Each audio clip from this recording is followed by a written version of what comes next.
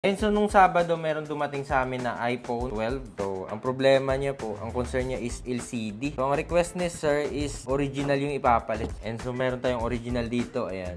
Tatanggalin natin to, then ililipat lang dito sa unit ni sir. So, dito mga katek, meron na pong itim na guhit itong screen ni sir sa left side. Ayan. And minsan, hirap na din daw i-touch. So, wag na natin patagalin pa. Baklasin na natin.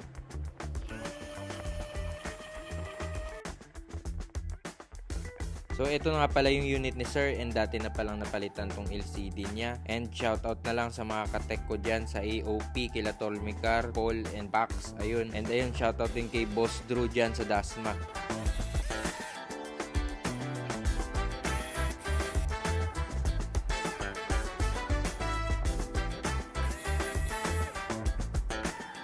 So, ito po yung LCD na pagkukunan natin dito sa iPhone 12. And original po ito kasi